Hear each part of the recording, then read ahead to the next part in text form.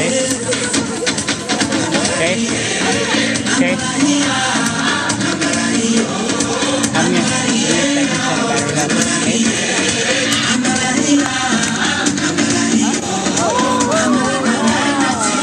Is that cool? That was kind of cool.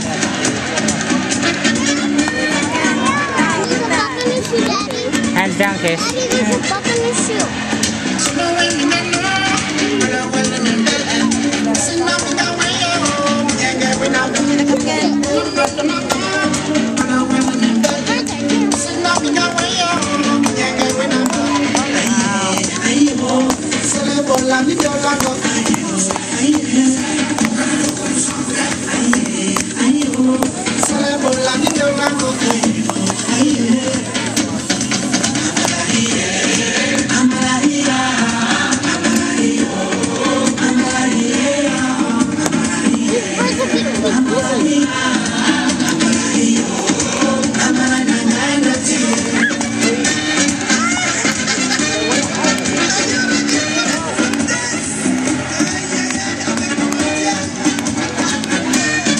Well, good afternoon, everyone, and welcome to Frequent Flyer!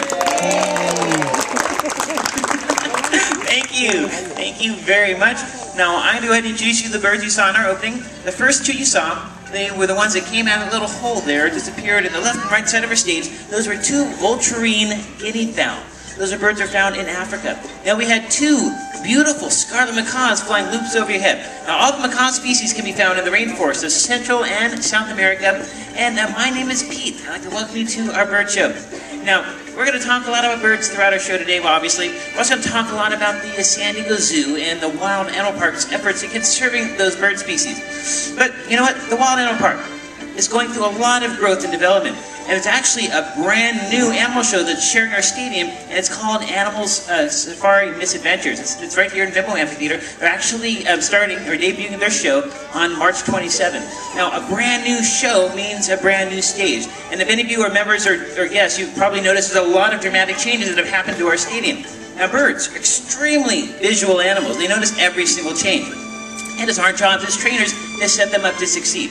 Now, this is a 100% free flight bird show, which means our birds are going to be flying all over this stadium, and sometimes they may be flying, very close to the tops of your heads. So, if you have the urge to duck throughout our show today, please duck. That'll help out greatly. Thank you so much. And you're also going to see us use our animal training knowledge as well as our strong, experience and personality, our relationship with our birds to help them work through their strange and new environment. But on that note, though, we're going to go ahead and start our show. We're going to be introducing you to a bird that's actually found in East Africa and actually is a beautiful, beautiful bird. Actually, it is probably one of the tallest birds you might see on our stage today. She hails all the way from East Africa. But joining us on the left side of our stage, she has a great big hairdo and an awesome wingspan. And she's going to be sharing you that in just a moment. She is a very large bird, probably getting the tallest bird. Here she is. This is Taji. She's our East African crown crane. Now, one quick look at Taji, or see exactly how the East African crown crane gets their name. It's from that fine crown of feathers along Taji's head. Now, they use that fine crown of feathers along with an elaborate courtship dance to help these birds attract a mate during the breeding season. Now, we are very happy to say right now that the East African crown crane is doing quite well in the wild. They are not threatened or endangered, which is awesome. But here at the San Diego Zoo in the Wild Animal Park, whenever you want to help an endangered bird species out, we use a couple of different egg propagation techniques. One of those techniques is called cross-fostering. Now, I'm going to explain cross-fostering a little bit more. We're going to say goodbye to Taji. She's going to take one last beautiful flight across our state. Alright, ladies and gentlemen, that is Taji. She is our East African, the crown crane. Very nicely done.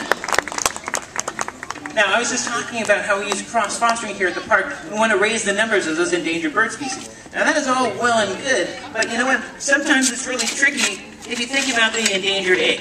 If we find that those new parents are not tending to their egg properly, we have the option at that time to cross-foster the egg over to another set of bird parents, who are very experienced parents, and therefore giving the endangered egg in the chicken side of it the best chance of survival. Now, many of our cranes have been part of these different cross-fostering programs, but some zoos have taken cross-fostering to a huge extreme. They have known to use chickens. I'm talking about, farm chickens to incubate the eggs of peregrine falcons. Sometimes even bald eagles. If you think about this is actually a chicken sitting on an eagle. Yeah, it's kind of funny, huh? But there's definitely a trick, though. You must not tell that chicken if she's sitting on a predator in the egg. You know what? Then it's all good. But speaking of predators, right now we're going to share with you a very large nocturnal hunting bird of prey. When I say nocturnal and bird of prey, most of you are probably thinking an owl, and you'd be correct. But this isn't just any owl, though. This is the largest species of owl found in the entire world. This owl species is known as a Eurasian eagle owl, and the wildest birds are found throughout Europe and Asia. But ours today, we'll be joining ours. If you focus your attention up to the top window of Demo Rock there, and you would be seeing Beethoven. He just showed you a 5-foot wingspan as he flew over your head. Now, there's a lot of myths around the owls, one of which is that they, where'd it go? They're truly only nocturnal. That's actually not true at all. Some owls are actually hunt during the daytime hours. They just prefer to hunt at night because they have vision. Their adaptations help them do that. Now, his vision is right now is 10 times better than yours and mine. But at night, when his vision is much more effectively used, during the nighttime hours, he sees 100 times better than our own. He also has remarkable hearing. And now like this, can hear a little mouse step on a twig around 75 feet away, even if the mouse is buried 2 feet under the earth. But you might not have noticed something. One of the special adaptations to help this bird hunt is the gift of completely silent flight, and enable these types of birds of prey to sneak up on their prey in the dead of night. Ladies and gentlemen, that was Beethoven. He is our Eurasian eagle owl. You know what? That's the largest species of owl found in the entire world. Beethoven weighs 5 pounds. He's all feathers. But a bird of prey of that size and weight in the wild can eat around 3,000 rats and mice in a single year's time. Yeah, 3,000 sounds like a huge number, and it's very fortunate for us. It is a big number because rodents, they reproduce extremely quickly.